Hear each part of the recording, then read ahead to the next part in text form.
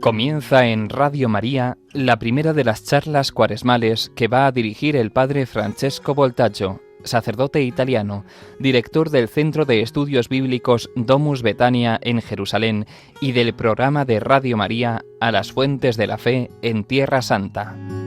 Unas charlas que en este tiempo de conversión nos ayudarán a mirar a Cristo para que las llagas de su pasión sanen nuestras heridas.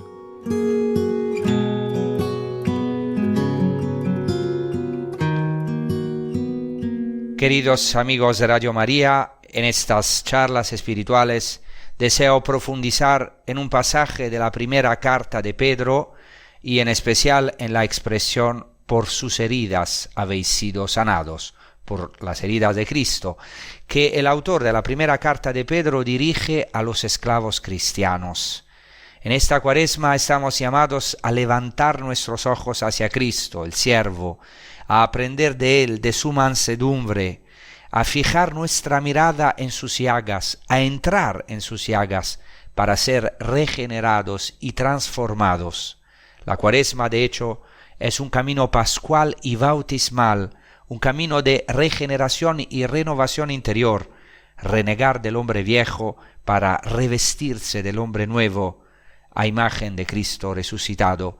La Cuaresma es pues un camino de transfiguración en Cristo y de transfiguración de nuestras heridas, como veremos.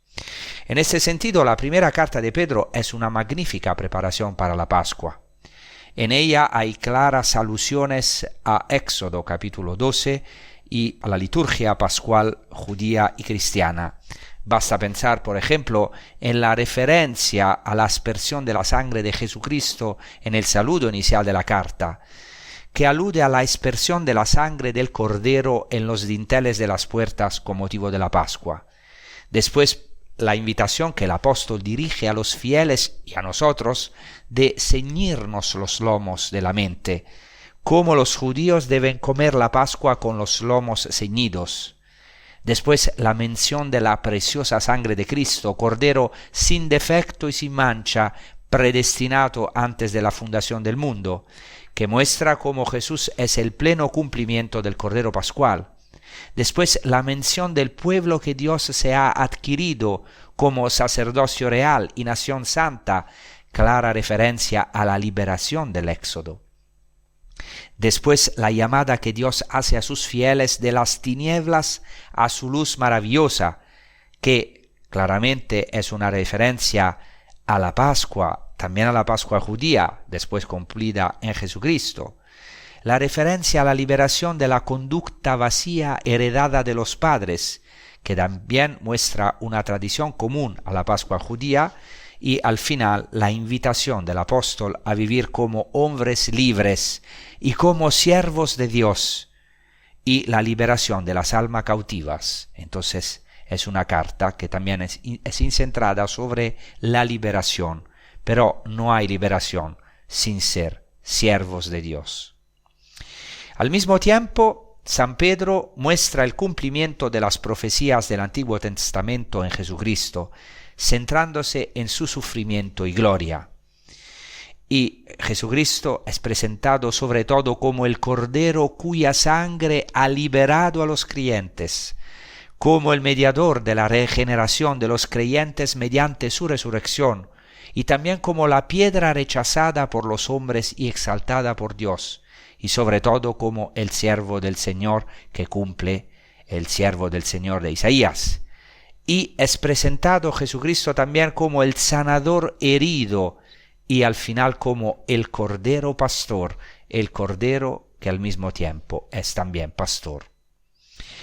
La primera carta de Pedro hace referencia al sufrimiento de Cristo, a su pasión, empleando varias veces el verbo griego pascho, que quiere decir sufrir, padecer, un verbo muy evocador, ya que podía asociarse fácilmente con el término griego pascha, que quiere decir Pascua, pasjo, sufrir, pascha, Pascua, como ya hizo Filón de Alejandría y como hará la más antigua catequesis pascual de la Iglesia, según atestiguan Melitón de Sardes y Orígenes.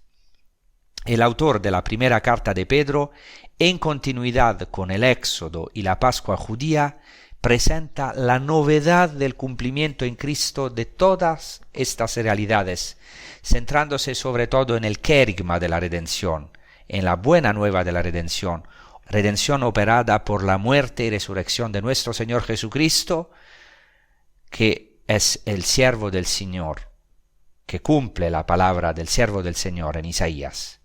Además, el autor de la carta da gran importancia, como hemos dicho, al verbo paschein, situándolo en un contexto pascual para dar fuerza y vigor y ánimo a los cristianos perseguidos.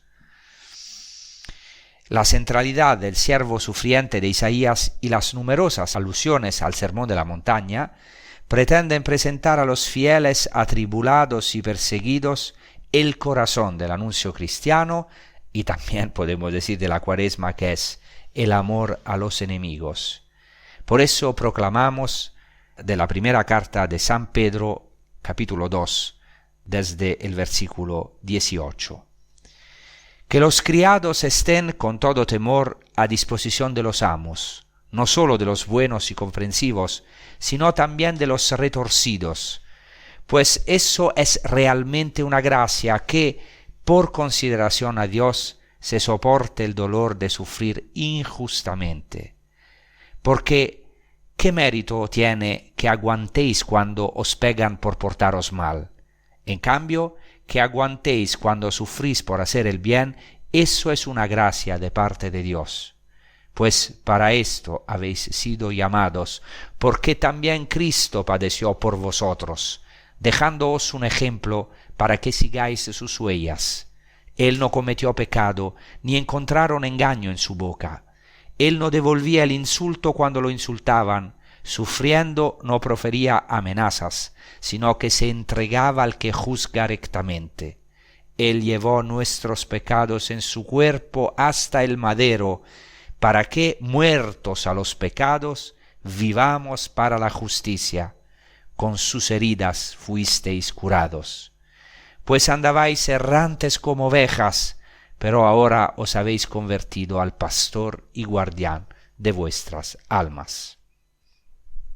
Este brano se encuentra dentro de una secuencia más amplia, en la cual el autor de la carta se dirige a tres grupos concretos dentro de la comunidad cristiana que pertenecen a un entorno privilegiado de la iglesia primitiva, es decir, el ámbito doméstico, o sea, la familia. Y el apóstol da algunas directrices a tres categorías distintas de personas: los siervos, después las esposas y los maridos cristianos. La exhortación dirigida a los siervos es la más amplia y ocupa el primer lugar, mientras que no hay ninguna directriz dirigida a los amos. Esto demuestra que el apóstol se preocupa realmente por la condición de los siervos, de los esclavos, que se han convertido a la fe cristiana, que han abrazado a Cristo, y quiere dirigirles unas palabras de consuelo. Además, el apóstol se da cuenta de que debe dedicar algunas palabras más a los siervos, ya que se encontraban en una situación realmente difícil. El término utilizado en la carta para referirse a esta categoría de personas es oikotes en griego, que significa familiar o siervo doméstico, pero traduce en el Antiguo Testamento griego, en la Septuaginta, la palabra eved, la palabra hebrea eved, que quiere decir siervo, esclavo. O sea, está claro que el autor de la carta se dirige a los esclavos o siervos cristianos, pero lo hace refiriéndose en particular a los que prestan servicio en el ámbito doméstico. Y aquí tengo que decir algo de importante que también nos sirve para esta catequesis. En el primer siglo de nuestra era, se estima que más de un tercio de la población de la ciudad de Roma, así como de toda la península itálica, vivía en condiciones de esclavitud, o sea, un tercio de la población. Y los esclavos no gozaban del derecho de ciudadanía, ni de los demás derechos concedidos a los ciudadanos del Imperio Romano. Eso significa, entre otras cosas, que tampoco se beneficiaban del derecho al matrimonio civil y por lo tanto no podían tener hijos legítimos. O sea, los esclavos ocupaban el último peldaño de la escala social y familiar, y eran a menudo víctimas de violencia muchas veces y abusos de todo tipo. Frecuentemente eran torturados, mutilados, desfigurados, etc. De hecho, la ley romana no contemplaba ningún límite a las penas que los amos podían infligirles. Por lo tanto, se puede imaginar lo paradójica que era la exhortación del autor de la carta de San Pedro, que no solo pedía a los esclavos que se sometieran a sus amos, sino que también aceptaran sufrir injustamente si sus amos se comportaban de manera injusta. Esto nos puede también escandalizar. Pero el problema de la esclavitud no podía ser ignorado por la iglesia primitiva, la iglesia apostólica. En las cartas paulinas, por ejemplo, el tema aparece en varias ocasiones. Aunque por un lado Pablo afirma que en la fe no hay ninguna diferencia entre libres y esclavos, son hermanos, por otro lado sorprende que se exhorte constantemente a los esclavos a obedecer y someterse a sus amos. Se les invita a permanecer en el estado en el que se encuentran, aceptando su condición de siervo, aún más aprovechando de esta condición para vivir a imagen de Cristo siervo. Y aquí llegamos a la Cuaresma. La Cuaresma y después la Pascua son el tiempo de nuestra liberación, pero una liberación mucho más profunda de una liberación solo social y política. Está claro que Cristo salva al hombre entero y por lo tanto esta salvación y liberación integral tiene también, claro, consecuencias políticas y sociales. Sin embargo, no hay liberación política y social sin liberación del corazón. No hay revolución sin revolución del corazón. No nos dejemos engañar por las revoluciones terrenas. Y esto es la Cuaresma para nosotros, para cada uno de nosotros. Una revolución, la posibilidad de volver a Dios, de ser regenerados interiormente, de ser liberados del hombre viejo con sus pasiones y su egoísmo, y de revestirse del hombre nuevo, que se renueva a imagen de su Creador, a imagen de Cristo, que está abierto al otro. Nosotros podemos ser santos y realizar una verdadera revolución en el mundo, por el poder de la gracia, que es la revolución del amor. Por ejemplo, en el caso particular del esclavo Onésimo, a quien Pablo evangelizó mientras estaba en prisión, el apóstol lo envía de vuelta a su amo Filemón, también discípulo suyo, exhortándole a que no le reciba como esclavo, sino más que como esclavo, como hermano muy querido, primero por mí, dice San Pablo, pero aún más por ti, tanto como hombre como hermano en el Señor. A pesar de esta exhortación, sin embargo, Pablo no pide a Filemón que libere a Onésimo. ¿Por qué entonces la iglesia primitiva no se opuso abiertamente a algo tan injusto como la esclavitud? La respuesta no debe buscarse en estrategias o tácticas particulares, como por ejemplo la de tratar de evitar la persecución por parte de personas poderosas o una revolución de los esclavos que nunca podría haber tenido un resultado positivo. La respuesta, de hecho, se encuentra en la forma misma de actuar de Jesucristo, que en su momento tuvo que enfrentarse a un problema muy similar, la injusta situación de opresión en la que vivía su pueblo, el pueblo judío, bajo el dominio del Imperio Romano. De hecho, Cristo no quiso tomar las armas ni luchar contra los opresores injustos. Esto era la expectativa mesiánica de muchos, entre los que se encontraban en primer lugar los celotes, sino que Jesucristo eligió el camino de la cruz y de la Pascua, sufriendo injustamente. El autor de la carta demuestra haber comprendido bien el camino de su Señor. Además, y esto es muy importante, los apóstoles y los primeros catequistas cristianos temían que, si se prometía directamente la libertad de los esclavos por parte de sus amos, existiera el peligro de que los esclavos se hicieran cristianos solo para obtener una ventaja social, para ser liberados, es decir, por interés. En cambio, la Iglesia apostólica y primitiva sabía que tener a Cristo en sí es tener el paraíso y que esto es más importante que cualquier rescate social y político. El cristianismo, de hecho, desmanteló la esclavitud no mediante revoluciones armadas o métodos solo sociales y políticos, sino desde dentro, porque los amos se convirtieron y comprendieron que no podían tratar como esclavos a sus hermanos. Por otra parte, los esclavos comenzaron a ver y a vivir en la fe su condición de servidores. O sea, empezaron a creer que estaban en la condición ideal, porque Cristo se hizo siervo, no pasivamente, no de manera pasiva, sino por amor gratuito. Ahora haremos una breve pausa para meditar sobre todo esto. Gracias. He aquí mi siervo a quien sostengo, mi elegido en quien se complace mi alma. He puesto mi espíritu sobre él, mi espíritu está en él.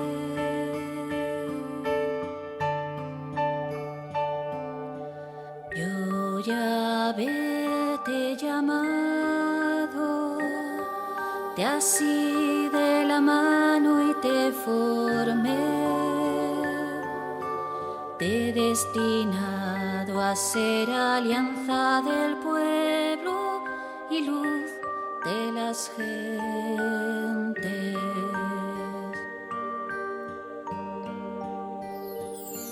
No temas, yo te he rescatado, te he llamado por tu nombre. Tú eres mío, tu Dios yo soy. No temas que contigo estoy.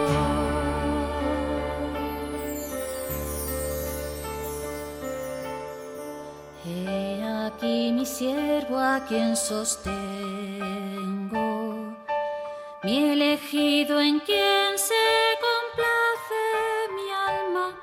He puesto mi espíritu sobre él, mi espíritu está en él.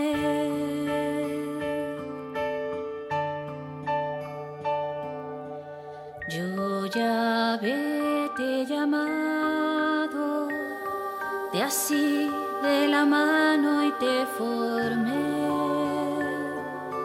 te he destinado a ser alianza del pueblo y luz. Todas estas alusiones a la pasión de Cristo, de las que hablamos en la primera parte de esta charla, son de enorme importancia, porque dan a entender que el sufrimiento de los cristianos tiene un valor inmenso si se asocia al sufrimiento salvífico de Jesús. La clave de la primera parte del brano que hemos proclamado, de la primera carta de Pedro, es una pregunta. En el versículo 20, ¿qué gloria habría en efecto en soportar los golpes cuando se es culpable? Esta pregunta de hecho pone de manifiesto de manera inequívoca que los sufrimientos que son consecuencia de los pecados no aportan al cristiano ninguna gloria ante los hombres y mucho menos ante Dios. El sufrimiento solo tiene un valor inmenso si se configura como una persecución injusta por conocer a Dios. Versículo 19. Esta última expresión remite directamente a la bienaventuranza de la persecución en el Sermón de la Montaña, en el Evangelio de Mateo, capítulo 5, que proclama bienaventurados a los que son perseguidos por causa de Jesús. ¿En qué consiste el valor de ese sufrimiento? Dice el autor de la carta de San Pedro, en el hecho de que es gracia. Esta expresión parece tener aquí un valor polivalente. Por un lado, implica que el esclavo solo puede actuar así si posee en su interior la gracia, es decir, el don del Espíritu Santo, la naturaleza divina, el Espíritu de Cristo. Además, se puede pensar que solo puede sufrir injustamente aquel cristiano que posee una fe madura y que la gracia le capacita para practicar la virtud gratuitamente, o sea, sin esfuerzo, Esto es el cristianismo. El término gracia, de hecho, es sinónimo de gratuidad. Estamos llamados en este tiempo de Cuaresma a volver a la gratuidad del amor de Dios y a nuestra gratuidad como un resultado, un fruto de la gracia de Dios, de la gratuidad, del amor gratuito de Dios, de su misericordia gratuita. Por lo tanto, actuar de esta manera es sin duda algo agradable ante Dios.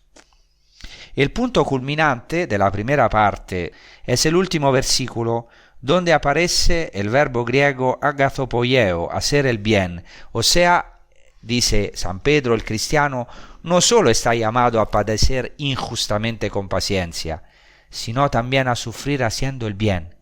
Y sin la gracia esto sería un esfuerzo absurdo y sin sentido.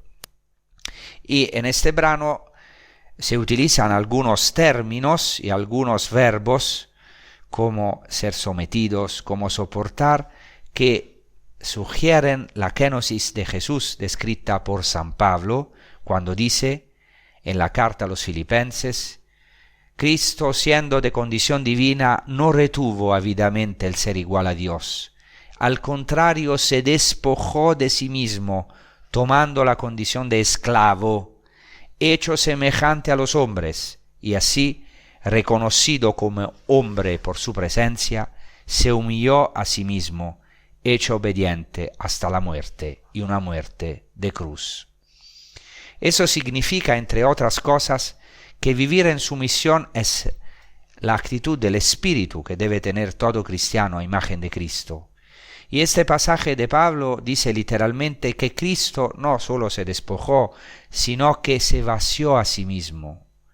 Y esto es la Cuaresma, vaciarse, desprenderse de su propio ego mediante la oración, el ayuno y la limosna, es decir, las obras de misericordia, a través de la conversión, sufrir un poco en la carne, renunciar a uno mismo, pero no como un fin en sí mismo, sino por amor, y con la Pascua como meta.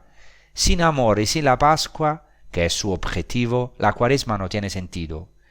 Teniendo como meta la Pascua, la Cuaresma no es un tiempo triste entonces, sino lleno de alegría, como decían los padres de la Iglesia, que hablaban del pentos gozoso, del arrepentimiento lleno de alegría, de la conversión gozosa, porque la humillación es la puerta de la exaltación, así como la Cuaresma es la puerta y el camino hacia la Pascua, hacia la transfiguración de nuestras heridas. Entonces estamos heridos por la vida, por las injusticias de los demás. Muchas veces esto es muy duro vivirlo, pero podemos fijar nuestra mirada en Jesucristo y también entender que estamos llamados a recibir su Espíritu gratuito, su amor gratuito, ser llenados, vaciarnos para ser rellenados de su amor, de su mansedumbre, para donar nuestra vida como siervos de Dios, como siervos de Cristo y de nuestros hermanos. Muchas gracias y hasta la próxima.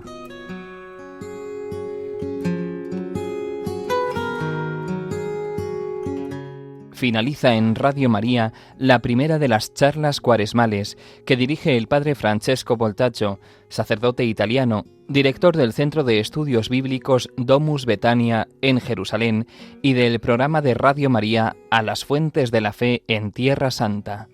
Unas charlas que en este tiempo de conversión nos ayudarán a mirar a Cristo para que las llagas de su pasión sanen nuestras heridas. Podrán volver a escucharla en el podcast de Radio María.